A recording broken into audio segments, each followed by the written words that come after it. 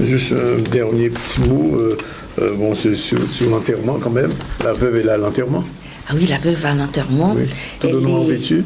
Tout de noir vêtu, avec sur ses épaules juste le foulard blanc en dentelle et sa coiffe demi-deuil ou sa coiffe de deuil. Alors, le madras aussi va varier. Pour le grand deuil, il aura très peu de carreaux blancs. Et plus on va avancer dans le deuil, plus il va s'éclaircir en ajoutant du blanc et la dimension du carreau blanc qui viendra éclairer le noir du madras. Merci José pour ce petit parcours dans ce rituel de l'habillement du deuil. On dit aujourd'hui le dress code du deuil. C'est tout à fait un dress code. On apprend beaucoup de choses. Juste un petit mot, parce que j'ai quand même posé la question à ma mère. Semble-t-il, quand il y avait un mort, on devait couvrir les miroirs? Absolument. Ouais. Alors ça, c'est une tradition qui nous vient de l'Europe. Oui. Il fallait recouvrir tous les miroirs, tout simplement de peur qu'on puisse voir le mort dans ce miroir. Merci. Et nous aurons peut-être l'occasion de revenir autour des croyandises alentour à l'amour. Pas ni problème, mais en tout cas, merci José, c'est chronique. Merci la visite de mercredi, donc on quitte un petit peu ces traditions, mais on va dans l'autre côté de nos traditions, puisque on va parler des Nubiens en Égypte antique, et pour cela, je reçois Dibombari Mbok. Bonjour. Bonjour. Je laisse à notre ami Jean-Luc de le présenter, puisque c'est une conférence de clôture. Oui, tout à fait. Ça fait 1 an maintenant qu'un groupe de Guadeloupéens se sont inscrits à un cycle de formation qui s'appelle Ndjeli. Ndjeli, ça veut dire le chemin de la connaissance. Et la vocation de cette formation, c'est de devenir soi-même des scribes, c'est-à-dire d'apprendre à lire et à déchiffrer en fait les hiéroglyphes, ce qu'on appelle aujourd'hui les hiéroglyphes, c'est-à-dire l'écriture de nos ancêtres, selon leur propre méthode, la méthode Kuma en réalité, puisqu'elle reprend, et c'est tout le mérite du travail de Dibombari Mbok, c'est d'avoir interrogé les anciens, les textes des auteurs antiques pour comprendre quel est le principe véritable de lecture qui dépasse la dimension alphabétique que nous connaissons. Et donc, nous arrivons à la clôture de cette formation. Et donc, dans ce cadre-là, l'association SEMAA accueille Dibombari Mbok, qui est un chercheur, un historien et un conférencier, auteur d'une 40aine d'ouvrages, pour une conférence qui va s'intituler « Les Nubiens en Égypte antique ». Et nous allons découvrir ce soir qui est ce peuple qu'on appelle les Nubiens, quelle était leur place au niveau de leur relation avec l'Égypte antique. Et nous avons beaucoup d'enseignements parce qu'en fait, ce sont nos ancêtres. Et nous allons pouvoir, je pense, comprendre les connexions que nous entretenons sans le savoir avec l'Égypte antique, les Nubiens et l'Afrique authentique, l'Afrique actuelle particulièrement. Alors, Dibombari, avant même de parler des Nubiens, vous avez entendu tout à l'heure José bien sûr, parler, avec beaucoup de plaisir. Mais c'est l'habitude de notre culture ancestrale et du rituel de la mort. Quelle impression ça vous laisse?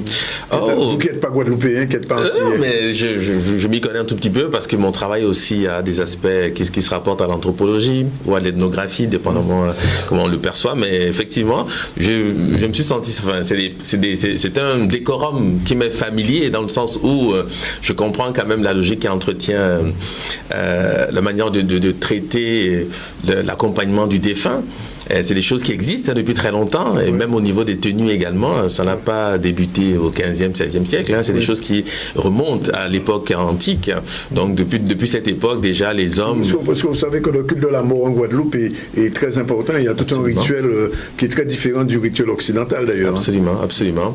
Donc c'est ça, vous avez également évoqué les miroirs. Oui. J'ai appris que c'était européen, mais parce qu'en Afrique, ça se fait également, et ça se fait dans une optique plus ésotérique, disons. Oui. parce qu'il y a tout un univers qui est attaché au miroir dans ces cas-là. Donc, mais c'est toujours enrichissant et puis bon, on apprend des choses. Alors, deux petits mots quand même sur les Nubiens, parce que bon, en Guadeloupe, on entend comme ça parler des Nubiens. Est-ce que vous pouvez dire deux petits mots sur cette société, sur ces Africains de cette période-là, puisque c'est surtout dans l'Égypte antique, particulièrement. Oui, alors généralement, lorsqu'on parle de Nubie, on l'introduit avec des figures marquantes, qu'on appelle généralement les pharaons noirs. Tout à fait. Les pharaons de la 25e dynastie, comme Taharqa, Shabaka, donc des grands rois qui ont donc rétabli l'ordre en Égypte. Et c'est un peu de cette façon que le sujet est généralement traité dans les lieux où on s'inquiète de ces questions. Alors moi, ce que j'ai souhaité faire, c'est de montrer qu'il y a tout un passif, c'est-à-dire que avant de parler de ces pharaons dits noirs, car de mon point de vue, il n'y a eu que des pharaons noirs, parce que pour les autochtones, c'était effectivement le cas. Mais je souhaite ce soir, lors de la rencontre qui va avoir lieu donc à la bibliothèque de Chazot, montrer qu'ils ne viennent pas ils viennent d'une tradition. Oui. Et cette Nubie, qui est l'actuel Soudan, a été une terre de civilisation, parce qu'il y a des grands royaumes qui se sont constitués là, un royaume de Méroé pour les périodes tardives, Kerma bien avant, et il y a toute une dynamique qui a particulièrement marqué les relations entre ces royaumes précisément, ou cette région, et l'Égypte antique, qui est notre sujet principal d'étude. Mais j'ai voulu comme ça montrer que cette civilisation venait quand même de quelque part. Elle est venue du sud, et quand je dis sud, je pense même effectivement à la région des Grands Lacs, donc des pays comme l'actuel Congo, qui est voisin du Soudan. Et c'est intéressant, de mon point de vue, d'introduire aussi l'histoire par ce biais-là. Voilà, c'est ça. Et donc, quel rôle ils ont joué dans l'Égypte antique, ces Nubiens? Alors, en fonction la perception des Nubiens a varié en fonction des époques. Ils ont tantôt été alliés, tantôt ennemis. Oui. Donc, c'est bien aussi de savoir quel était le rapport de l'Égypte avec ses voisins en temps de paix et en temps de guerre. Donc, effectivement, on voit à travers la représentation qu'on trouve dans les tombeaux des pharaons, des Nubiens tantôt représentés comme des égaux et tantôt comme des captifs. Voilà. Et c'est intéressant effectivement de voir qu'il y a eu comme ça à travers les âges des évolutions dans les rapports, que ces peuples qui étaient d'une fraternité certaine, parce que les Éthiopiens avaient quand même le discours qui consistait à rappeler que l'Égypte était une de leurs colonies, conduite dans la vallée par un personnage qu'on appelle Osiris. Oui. Donc c'est bien quand même de voir comment les rapports ont pu évoluer à travers le temps. Donc, c'est ce qu'on vous l'avez dit tout à l'heure au début de l'émission, mais il y a souvent une polémique sur l'origine ethnique des pharaons, oui. Alors oui, des Égyptiens d'une manière générale. Oui. Alors les pharaons, ils étaient noirs ou ils n'étaient pas noirs? Alors il ne s'agit pas, c'est une excellente question, hein, mais je vais répondre par des faits. En fait, cette question a quand même déjà été largement débattue par un moment important dans l'historiographie égyptienne, donc le collège du Caire. Oui, le 19, oui. Voilà le fameux. avait fait une grande communication là-dessus. Voilà, on avait parlé à cette occasion donc du peuplement de l'Égypte antique. Voilà. Bon, depuis cette époque, personne n'est jamais venu contredire les conclusions de ce colloque qui existe, hein, publié par l'UNESCO, et on est tout à fait convaincus de l'ethnicité des anciens Égyptiens. C'était des Noirs, des Africains, et ils se représentaient comme tels. Oui. Et il ne s'agit pas simplement d'une démarche idéologique, mais des faits, des artefacts sont là pour en témoigner, bien entendu. Donc, en tout cas, vous en parlerez probablement ce soir, donc on donne le rendez-vous, donc 19h. 19h, c'est bien ça. C'est la bibliothèque de Chazot.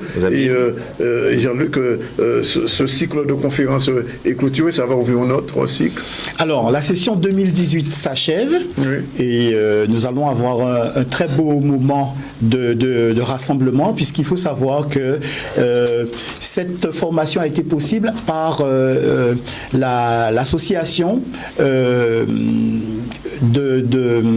comment dire, ça a été possible parce que par le concours justement d'une association de Martinique qui s'appelle la Koussankofa et de son président qui s'appelle Klapopo, qui est lui-même chercheur plus axé sur l'économie, et donc ça a été une compétence qui a été partagée en Martinique et en Guadeloupe sur 2 semaines respectives, et cette fois-ci nous allons clôturer par une rencontre entre étudiants guadeloupéens et martiniquais. Ça aura lieu le dimanche 8 mars, enfin le dimanche prochain, le 10 mars au Jardin d'eau, et donc là il y aura la remise des diplômes, et puis alors les diplômes, voilà. Ils sont écrits en quelle langue?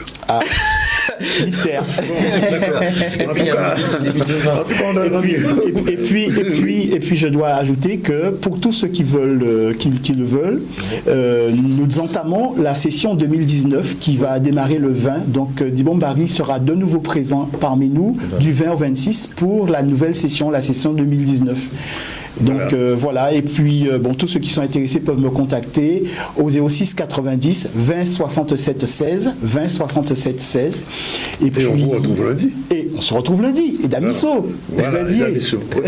En tout cas, merci d'être venu. Je rappelle donc aujourd'hui on a bien sûr reçu Madame Dominique Vénéré, Madame Caraïbe qui a fait qui est gouverneur de SIC, qui a fait un long voyage de 7 mois dans toute la Caraïbe et nous